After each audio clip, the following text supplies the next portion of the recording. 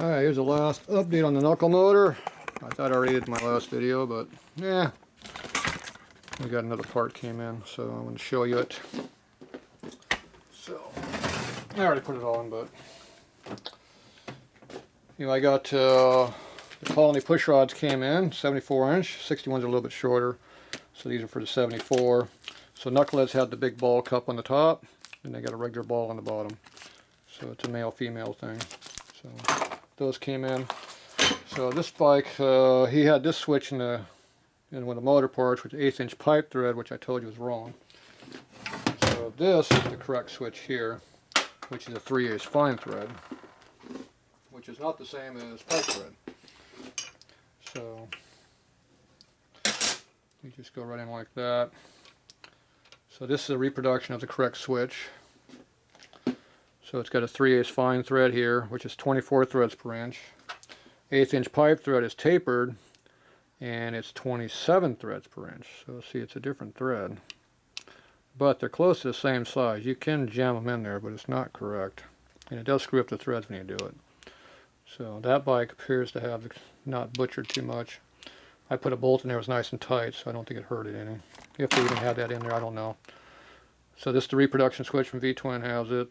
So hopefully it works. It just has a little wire that goes inside there, and you tighten it down and pinches it, or you run an eyelet, an eyelet on the top, your choice. So you're supposed to have a little brass washer to seal it with. Now they float around quite a bit on there, which I don't like. I tried to put like little O-rings in there to take up the gap, but I couldn't find anything, so it'll stay put.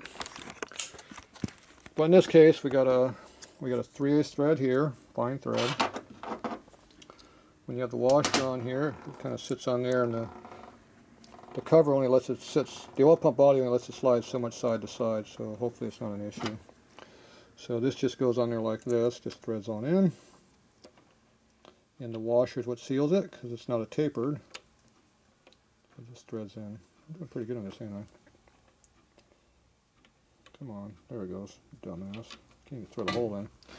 Now the disadvantage here is that stud's a little bit high, but luckily it just clears it. See, tight. Now the 45 had a short one that was only about that tall. Other than that's the same thing. So you can put this on a 45, but you can't put a 45 in here because it hits the pump. And that just goes in there like that, and then you take a little 1/2 inch or inch and just give it a little like that. You're pretty good. So you want to make sure you got clearance. It's not hitting there. If it is hitting there, you got to put the stud in deeper, or you got to cut it back a little bit. So I'm going to leave this real. I'm not putting any sealer on it right now because it's usually best to take these things out. See, when you put the bolts in, you got to put a wrench in here and tighten it, and you don't break or bend this. So take this back out, put the bolts in, tighten it with the wrenches, then you put this back on it.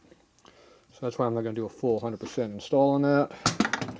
But that's what it looks like when you put it on. So you got the correct switch, and everything fits like it's supposed to.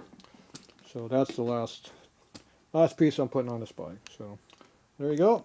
It's all finished up now on that part.